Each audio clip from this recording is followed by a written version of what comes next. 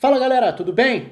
Como já é tradição aqui nessa temporada, nas quartas-feiras eu acabo subindo o primeiro vídeo um pouco mais tarde, porque tem a live, o programa Fim de Papo do UOL, então vou até deixar o link aqui em cima, participando lá para comentar a semana de Champions com o Júlio Gomes, com o Mauro César Pereira também. E agora vamos entrar no primeiro jogo, né? Depois eu faço vídeo também sobre a vitória do Chelsea sobre o Porto, mas vamos falar sobre a vitória do PSG para cima do Bayern. Um belíssimo de um resultado, especialmente pelo que foi o jogo, né? Porque foi um jogo em que, em vários momentos, foi um bombardeio do Bayern para cima do PSG. Então, quando a gente vai olhar para o resultado, acho que é um resultado que se explica, e só se explica, pela qualidade individual de algumas das referências do PSG. Então, eu tô falando de Neymar construindo jogadas, dando assistências. Mbappé, mais uma vez, brilhando numa noite europeia com gols, sendo essa ameaça em profundidade, sendo essa arma dos contra-ataques.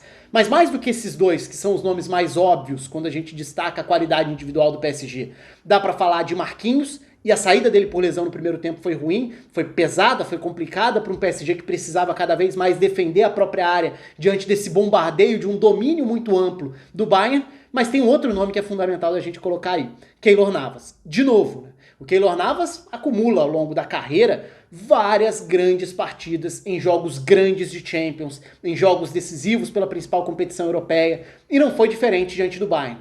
Então, não foi um jogo igual, foi um 3-2, mas não é que tenha sido, e foi um grande jogo do ponto de vista de entretenimento, sem dúvida alguma, né? Um jogo frenético, com chances, um jogo em que o tempo todo tinha coisa acontecendo, quase sempre no campo de ataque do Bayern, mas quando o PSG contra-atacava, levava perigo, justamente porque tem essa capacidade toda, mas foi um jogo que foi desigual, mas que o placar acabou sendo equilibrado e que inclusive teve a vantagem sendo levada para o jogo da volta para a equipe que foi bem dominada nesse jogo, que foi o PSG. E não tem problema nenhum nisso, tá? Acho que é só uma forma de olhar para o placar ou olhar além do placar. E olhar para o que foi o desenvolvimento da partida.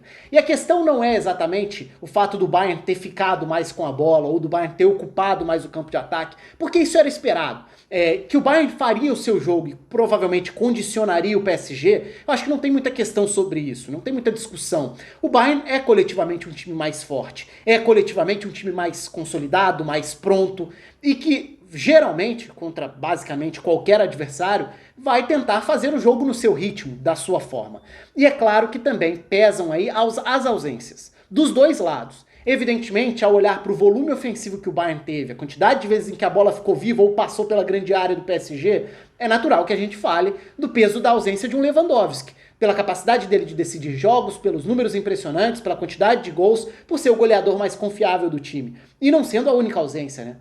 Perdeu o Gnabry ainda, outro problema. Então, deixou até de ter a opção de não ser o Choupo-Moting 9 para tentar ter um ataque mais leve, mais móvel. Deixou de ter também a alternativa de variar os pontas dentro da partida à medida que o jogo fosse passando. Então, o Hansi Flick ficou com opções mais limitadas. E para piorar, ainda perde jogadores dentro do jogo. Então, perdeu o Goretzka no primeiro tempo por lesão, foi outro golpe dentro da estrutura do time, do funcionamento, dos mecanismos e de peças tão importantes, né? O Goretzka, esse meio-campista da chegada, muitas vezes da definição. Então a gente tá falando do meio-campista que chega para definir, do ponta que mais se aproxima do ataque, do Gnabry, do 9 que é o goleador. Então várias das fontes de gol do Bayern não estavam presentes.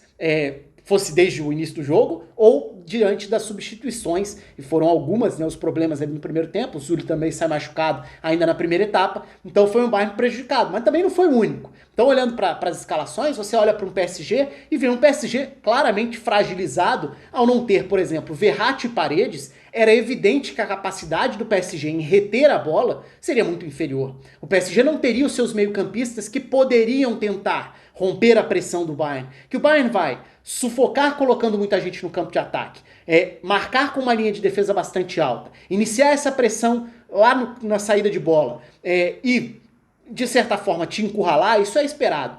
Que o PSG teria a escapada em profundidade como grande ameaça, e ali estava a estratégia esperada desde antes dos desfalques, das lesões, das suspensões e tudo mais para essa partida. Esse era o cenário esperado. Agora, um PSG sem Paredes e sem Verratti é um time que passa a só ter a saída rápida com o Neymar conduzindo, com o Di Maria auxiliando e com o Mbappé atacando os espaços ali. Porque fora isso, fica difícil esperar que o time tenha essa capacidade de, num passe, quebrar linhas de marcação, um passe que pode ser do Paredes, por exemplo, num giro com a bola, superar uma primeira tentativa de pressão do adversário, que o Verratti faz muito bem. Então são caras que poderiam dar uma acalmada, tentar competir por esse, não pela posse de bola, mas por pelo menos ter mais segundos com os períodos de bola no pé. Então era natural que o PSG seria um time mais fragilizado. O que também não justifica a ideia de um time mais preocupado em se defender, mas não justifica uma possível avaliação de que o PSG executou super bem a sua proposta, porque não foi o caso. O time que toma 30 finalizações, muitas delas claras, que tem o Keylor Navas precisando intervir várias vezes, fazendo várias defesas importantes, não foi um time que teve uma defesa que funcionou. Então, são coisas diferentes. Agora, sim, o cenário do jogo era todo muito baseado nessas duas situações. O Bayern, que tentaria encurralar o PSG e que teria, pelo lado esquerdo, o Coman dando muito trabalho pro Dagba, né? Uma diferença clara aí também de mais problemas, né? Perder o Florenzi significou perder uma peça importante pelo lado direito. O Dagba jogando por aquele lado, foi bastante castigado nos duelos individuais com o Coman em alguns momentos do jogo. Do outro lado, o Sané tentando atacar, primeiro o Diallo, depois o Bakker no segundo tempo, e foi uma arma que o Bayern utilizou muito, as inversões de bola da esquerda, da saída de bola, construindo pelo lado esquerdo para encontrar a ponta direita, até porque era um lado em que o Draxler não faria essa volta para proteger tanto o lateral, então encontrava um jogador, no caso o Sané,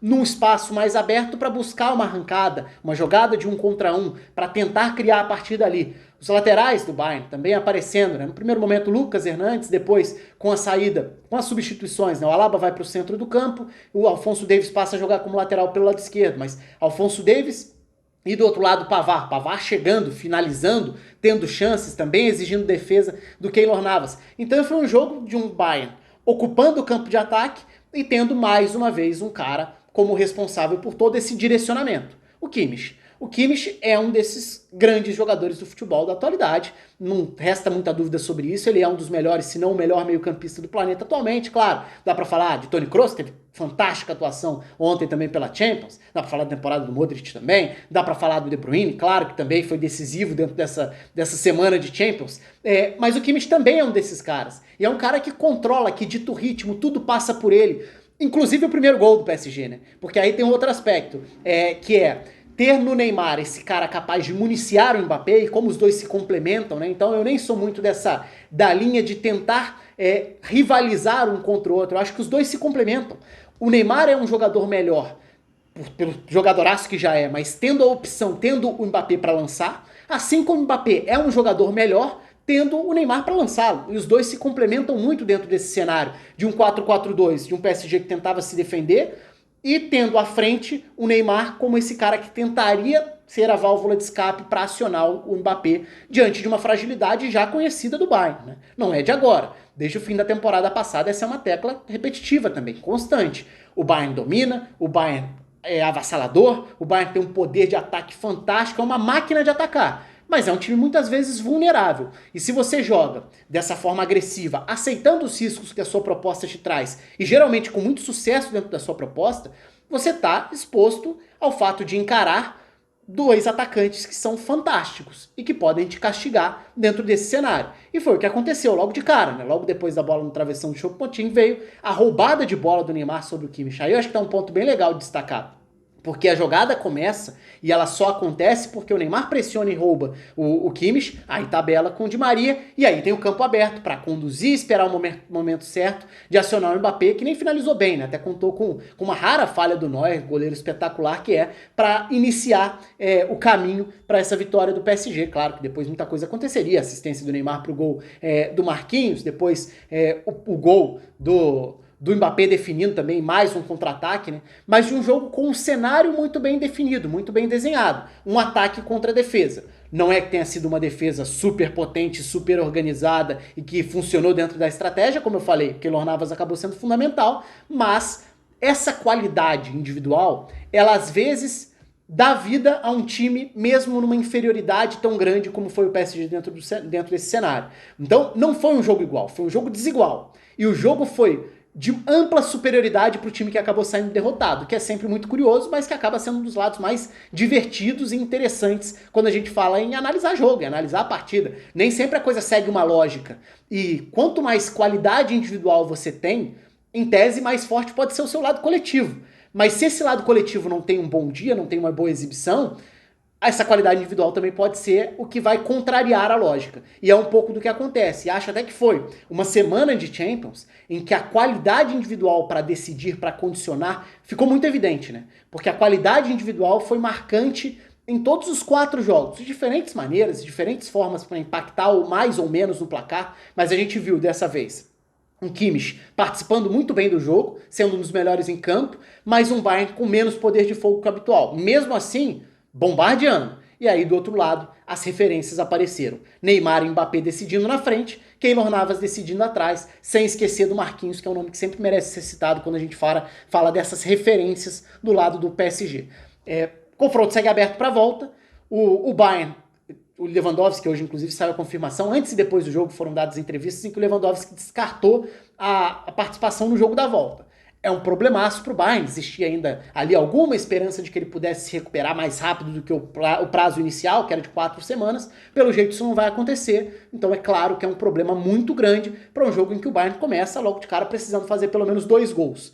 Mas é mais um confronto que tende a ser dos mais interessantes, porque de um lado tá uma máquina de atacar como mecanismo coletivo, e do outro lado tá um time que se fica devendo coletivamente, como ficou dessa vez, tem caras que podem brilhar e tem talento que pode equilibrar um pouco as coisas, que pode contrariar a lógica dentro do cenário que a gente viu. Enfim, Neymar e Mbappé brilharam, foram protagonistas, assim como Keylor Navas, e o PSG sai com essa vitória diante do Bayern. Conto aí com os comentários de vocês, inscrição no canal, curtida no vídeo, um abraço, até a próxima.